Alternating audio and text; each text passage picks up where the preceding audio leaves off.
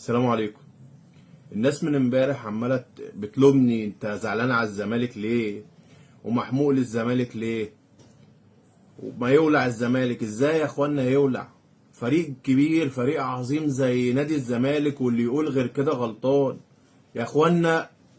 فريق الزمالك ده فريق كبير قوي، فريق عظيم والله.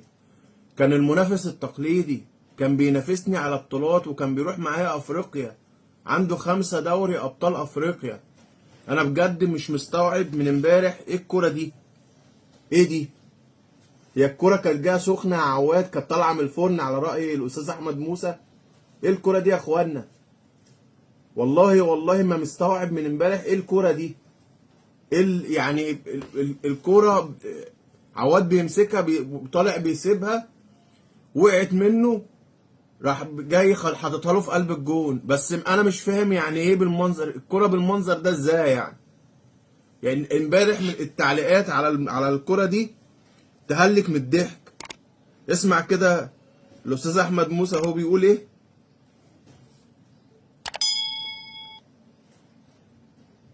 زعلت على محمد عواد، والله زعلت عليه. انه عواد حارس مرمى المنتخب، اول مره في حياتي اشوف كره قدم، يعني كره قدم سخنه خارجه من الفرن. فراحت لعواد ما قدرش يمسكها، انها جايه من الفرن. وتشوف لاول مره في تاريخ البشريه حارس مرمى كده يعمل اسيست المهاجم المنافس. ابراهيم عادل هو زميله في المنتخب حبيبي، قال لك يلا خلص يا عادل، لكن عواد بيحرس المرمى. الكوره بالمناسبه عاديه جدا جدا جدا، ماشيه هاديه، يعني سرعتها بسرعه الهواء النهارده، مش سرعه الشوطه، سرعه الهواء اللي خلت الكوره انه ليها شكل تعملها كده. كده سخنه قوي الكوره، تروح لابراهيم عادل، سجل يا ابراهيم عادل جول. سمعت؟ انا ما كانش يجي في خيالي ان انا ممكن انزل فيديو للاستاذ احمد موسى على قناتي. انت سمعت؟ انت وصلت نفسك لايه؟ ومين بيتكلم عليك؟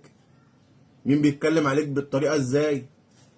يا اخوانا انا نفسي المشجع الزملكاوي المحترم، ما بعممش، عشان خاطر في بعض من الزملكاويه اسمه زملكاوي وهو كاره للنادي الاهلي.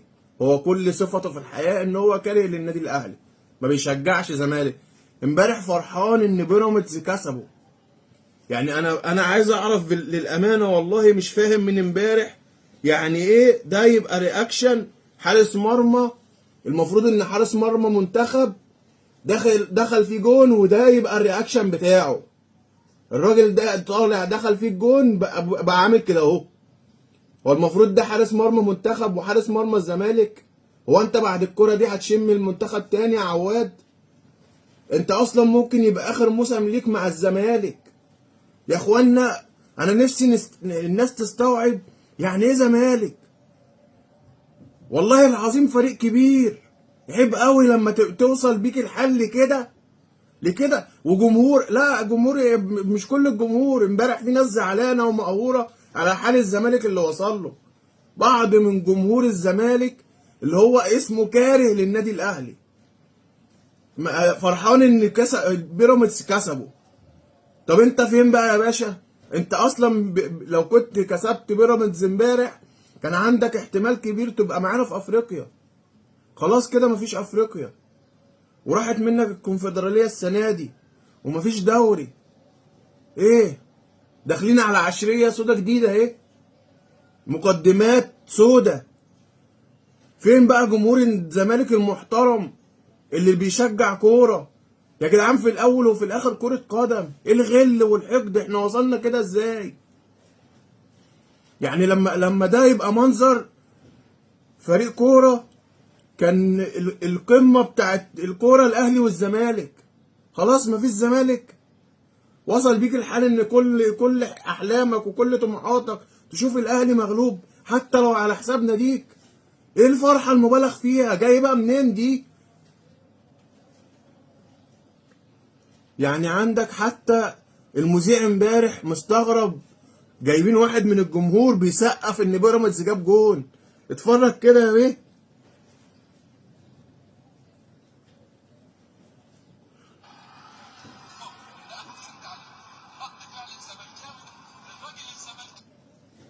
اهو تاني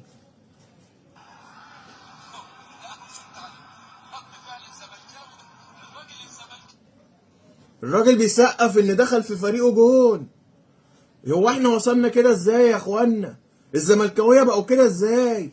يا الف مليون خساره عليك يا زمالك، والله العظيم نفسي الزمالك يرجع ينافس تاني. نفسي الزمالك والزملكاويه يعرفوا قيمه نادي الزمالك يا جدعان. والله الزمالك ده حاجه كبيره قوي. اعرف قيمه تيشيرتك، اعرف قيمه ناديك، ما تبقاش مجرد استد.